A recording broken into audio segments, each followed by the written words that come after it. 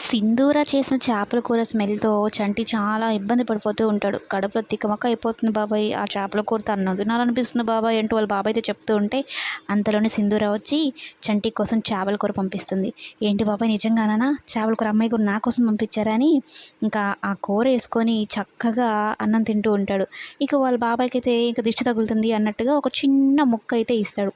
ఆయన చాలా ఫీల్ అయిపోతాడు. ఏంట్రా నాకు కూడా పెట్టొచ్చు కదరా అన్నట్టుగా బాధపడుతూ ఉంటే, బాబాయ్ నా కోసం పంపించారు అమ్మాయి గారు, మరి నేనే తినాలి కదా అని అయితే చెప్పి తింటూ ఆస్వాదిస్తూ ఉంటాడు. మరోవైపు సింధూర అసలు విజయమ్మ గారికి అత్తమ్మకి ఎందుకు మామయ్య అంత పెద్ద గొడవలు, వాళ్ళిద్దరు ప్రాణ స్నేహితులు అంటున్నారు, మరి వాళ్ళిద్దరి మధ్య పచ్చగడ్డేస్తే బగ్గుమనేలాగా ఎందుకు అయ్యాయి చెప్పండి అంటూ ఉంటే, ఆ కారణం ఏంటో నాకు కూడా తెలియదమ్మా, వాళ్ళే చెప్పాలి, భద్రశత్రువులుగా ఉన్న వాళ్ళు కలిసి కూర్చుంటే సరిపోతుంది కదా అని సింధూర అంటే, అలా ప్రాణ స్నేహితులుగా మారాలన్నా వాళ్ళే, శత్రువులుగా మారాలన్నా వాళ్ళే. అది వాళ్ళకే తగింది. మనం వెళ్ళినా కూడా మనకేం తెలీదమ్మా, దేవుడికే తెలియాలన్నట్టు చెప్తూ ఉంటాడు.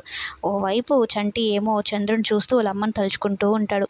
మా అమ్మ ఆరుబయట నులక మంచం వేసి చంద్రుని చూపిస్తూ కొత్త ఆవకాయ పచ్చడితో గోరుముద్దలు చేసి తినిపిస్తుంటే ఆ స్వర్గమే వేరు బాబాయ్ అని చెప్తూ ఉంటే, ఆ మాటలు విన్న చంచలమ్మ ఇంట్లో వాళ్ళందరినీ అంటే పనోళ్ళతో సహా అందరినీ ఆరుబయట కూర్చొని పెట్టి ఆవకాయ పచ్చడేసి అన్నంలో కలిపి ఒక్కొక్కరికి ముద్దలు చేసి పెడుతూ ఉంటుంది.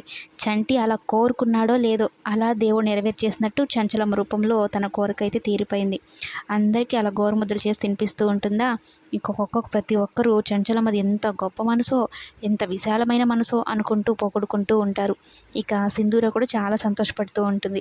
మా అత్తమ్మ మామూలు మనిషి అయ్యింది, బాధలోంచి కాస్తైనా బయటపడ్డారు, మా అత్తమ్మ ఇలా సంతోషంగా ఉండాలని సింధూర, చంచలమ్మ కూడా నా కోడలు అందరితో కలిసి తిరుగుతోంది, సంతోషంగా ఉంది అన్నట్టుగా చంచలమ్మ కూడా సింధూర విషయంలో ఆనందంగా ఉంటారు.